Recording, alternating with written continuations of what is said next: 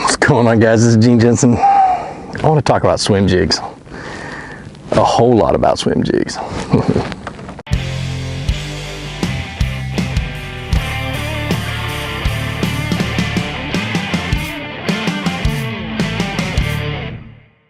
All right, so the bulk of this video is going to be focused on summertime swim jig fishing. It's a little bit different than what I would do in post-spawn, right after the bass spawn when the shad are spawning or any kind of a bait fish are spawning. I'll touch on that, but this is mainly just for this time of the year in summertime. So let's get things rolling. All right, so first of all, what is a swim jig? Well, technically you can swim any jig. There are jigs that are specifically designed to come through cover better than, say, a football head jig or an arky jig or a round head jig or whatever. And they're swim jigs, and I've got a couple of them here. Where's the one I had on the rod? Here we go. Minus the trailer.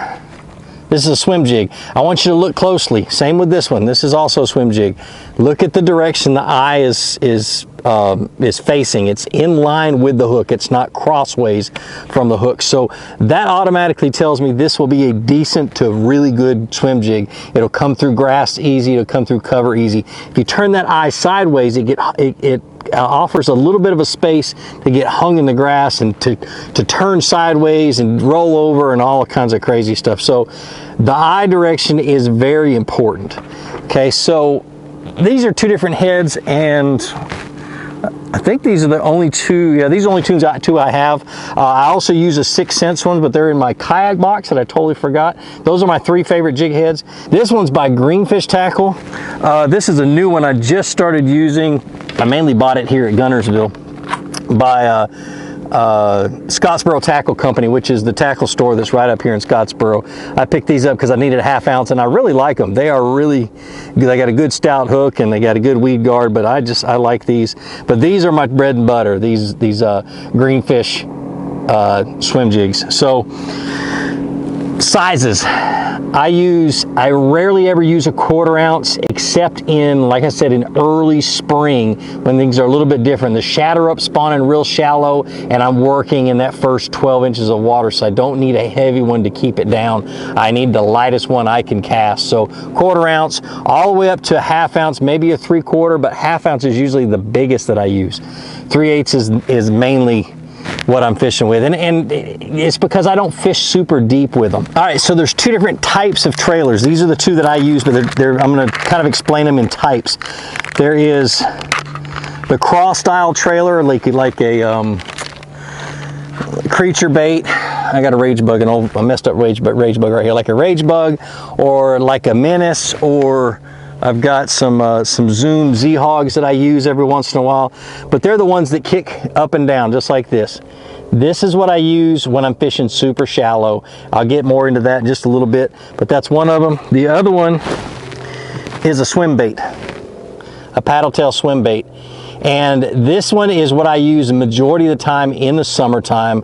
The bass are keyed in on bait fish. They're keyed in in these deeper grasses and in the deeper cover. And I'm throwing a paddle tail probably 80% of the time. And if that's not working, I'm throwing some kind of a twin tail. I match the color trailer to the color of the jig. I mean, the jigs that I have, some green pumpkin. I have black and blue. So basically I want to either, and I don't know why black and blue works so good, but it does, but I want to match either crawfish, bluegill, or shad is what I'm trying to match when I'm swimming a jig. Basically I'm going to use my jig rods. I've got a 7'3" medium heavy and a 7'4" heavy that are my 2 favorite jig rods, and depending on the cover and depending on mainly the size of the hook, this is kind of a thin wire hook on this Greenfish Tackle jig, and you get a beefier hook like this one on the Scottsboro Tackle deal. I'm going to use a heavier heavier hook with that, or a heavier rod with that, and that's usually what dictates it. So thickness of cover and thickness of the hook. The thicker the hook, the harder it is to drive home, and it's just, I have really bad luck fishing a heavy wire hook on a medium heavy rod. So It is what it is. Now, line is kind of personal preference. I've got some buddies that love to use straight braid, and I've got some buddies that love to use straight fluorocarbon, and I've got some that use a braid main line to a fluorocarbon leader. Me personally, if I am swimming it through cover, I don't want the sound of braid telegraphing that bait's coming. I want to surprise the fish. So I tend to use 15 to 20 pound fluorocarbon, or I'm going to use a fairly long leader on the end of it. If I'm in like a kayak, I'm going to use a fairly long leader on the end of my my braided line. But use braid. It's no big deal. I know a lot of people that get that are really confident in it, but I feel like I get more bites in submerged grass, like I'm fishing right here, when they can't hear it. So what else? Reel, high-speed reel. You're going to use a 6/6 is too slow. You can use a 7 3-to-1 to an 8-1-to-1 gear ratio reel, even up to a 9 if you want to. But high-speed reels, so you can catch up with them. A lot of times those fish hit it, and they hit it coming straight at you as fast as they can, and you got to catch up. So that's the gear. Medium heavy rod or heavy action rod, jig rod, 7'3", 7'6", somewhere around there. Braided line, if you can use braided line, use 50 or 60 pound braid, just because it's easier to cast than the smaller diameter stuff. 20 pound fluorocarbon, or 15 pound, somewhere around there. And then just your standard swim jig in just about any color, if you try and match the bait fish that you see in the area. If I'm fishing a small lake that doesn't have any shad, I'm going to throw a bluegill one. If I'm fishing around matted grass like this and I don't see a lot of shad but I see a lot of bluegill, I want to throw a bluegill one. In the summer or in the spring, I'm throwing crawfish colors, and I'm going to fish them just a little bit different. Let's get into that. So where are you going to fish a swim jig? It is... Let's put it this way. If I've got cover that I want, if I've got really thick stuff and I've got a lot of bank cover and I've got out here fairly shallow grass cover, and I want to cover that area as efficiently as I can without having to drag a worm, which is what I've been doing for 2 days, I'm going to throw a swim jig, and it'll come through grass real easy. It'll come through wood. It will come through rocks. As long as you don't let it sink down on the rocks, you're banging it off of rocks. And dock fishing is one of my favorite, because you can skip it a mile up underneath those docks and just swim it out. So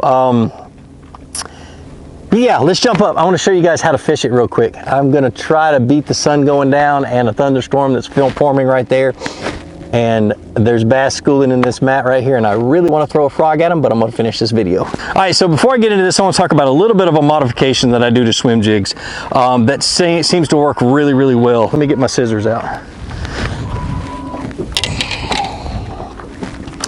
All right, so this is greenfish jig. It's already done, and what they do when they hand tie these, they only hand tie basically half the skirt, so they don't have any extra skirt material coming off of this end of the skirt. It's only overlapping. What I'll do is I'll actually thin that out quite a bit and then trim it up to just beyond the hook. Of course, it's a good way of dropping my jig.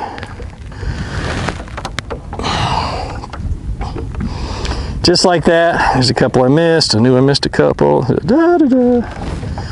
Okay. And then when I put that swim bait on, this doesn't impede the action of the swim bait, and that's very, very critical. So this one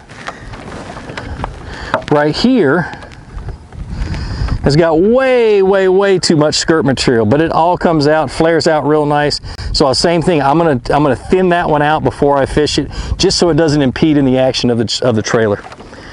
Why is that critical?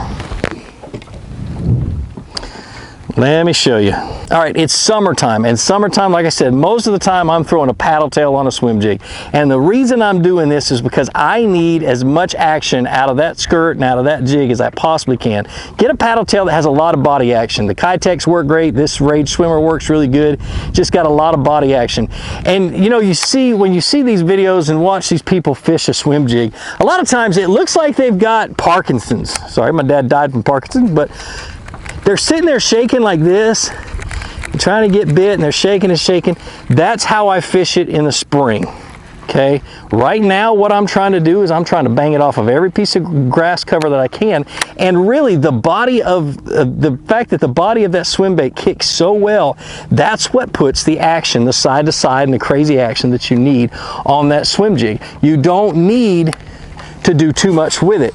So I'm going to cast it out, I'm going to let it sink a couple feet, and I'm just going to hold my rod tip high, and as I bump into grass I'm just going to lift my rod up.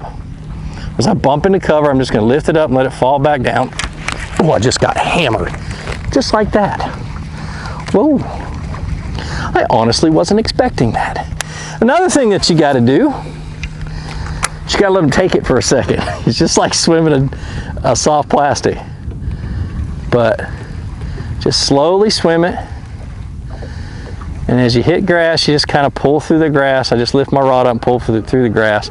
And had I let that fish take it for a split second, I would have caught it. But anyway, so spring right after the spawn, the bass spawn, and they're moving out and they're feeding on shad as shad are spawning, feeding on whatever bait fish is out there really shallow that are spawning. And up in you northern states, this is something I would try all summer long. I'd try both of these, but this is something I would not put down. I got skirt material all over my boat now. But anyway, put a twin tail on and do what they call the Alabama shake. Okay, I know it's Alabama, but you guys up in Minnesota and Wisconsin and Michigan and all up in the Northeast, you got grassy lakes. This is going to work, but you throw it up, you get that 1/4 ounce jig, throw it up in a shallow cover. As soon as it hits the water, because you're fishing, you know, less than 2 feet of water, you just start shaking your rod like this. Okay, I know there's a lot of people that shake it so much they look like they got some kind of disease. What I found is that you just want it to go like this through the water.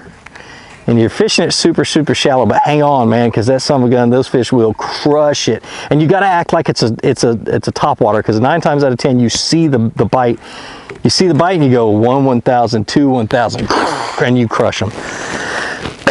That's exactly what I do in the spring. Now, summertime, paddle tail. And the reason I go with a paddle tail is because all of the action that I want to get out of this jig is going to be caused by a paddle tail that has a lot of body action.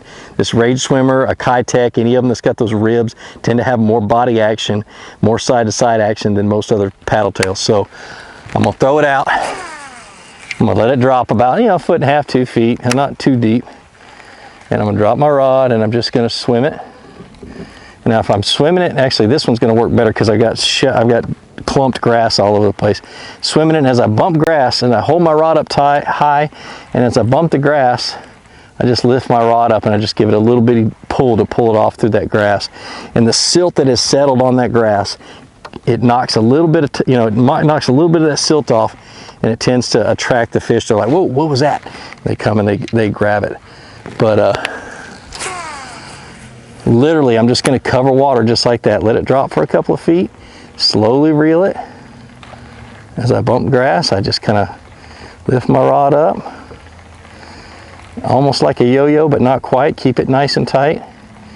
Same thing, when you feel a bite, drop your rod, count to about 1.5, 2 seconds, and set the hook.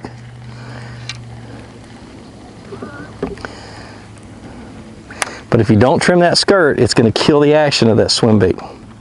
Whew, sun came back out. All right, I'm going to work this area just real good. There's a lot of fish right here. They're not, I've gotten them to hit a swim jig, but they're more committed towards flipping and dropping in on their head. So let me see if I can get at least one to bite. And this is super thick grass. It's real shallow.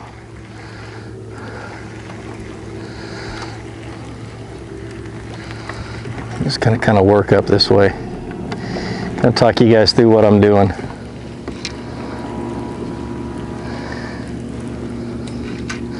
So in a couple weeks I'll be up north. I got a meeting up in Minnesota. I'll be up there for a couple of weeks fishing. I don't know where I'm gonna be fishing yet, but I'm definitely gonna be taking the swim jigs, because I don't think you guys fish swim jigs very much up there. If you do, let me know down in the comments. But it's one of those things like Leech Lake in Minnesota. Gosh almighty, if I can get up there, throw a swim jig in that rice grass, hold on tight, it's gonna be sickening. So, but I'll be throwing craw colors on Leech. But Man, these bugs are driving me nuts. We need some wind to blow them away. All right, I gotta pull this up. It's crazy, I'm pulling this up to keep the bugs out of my mouth. Ain't got nothing to do with the sun.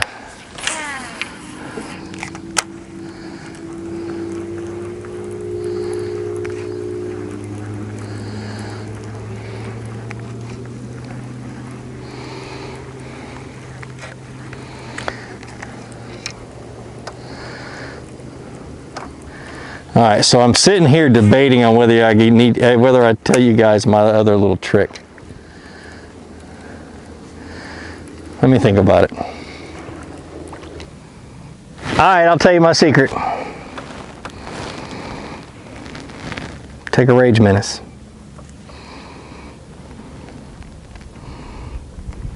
Rip a claw off.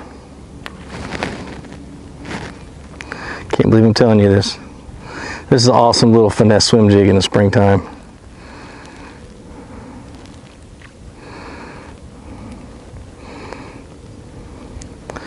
Hook it on there. It's not straight. I should have done a little bit better job, but hook it on there to where the claw's on the bottom. And that son of a gun is a finessey little amazing shad imitator, small bait fish imitator. It's got a ton of action. Just make sure that that skirt is trimmed up so it doesn't impede the action. That's a sick trailer. All right, so I'm gonna turn the camera and I'm gonna show you guys, and I know the sun's gonna be in your eyes, but let me show you the thick grass that I'm fishing with this swim jig, okay? I'm not afraid to throw it up in this mess. It's halfway matted. It's kind of, oops, I landed on a carp's head. I'm just swimming it on through and dropping it down in the holes.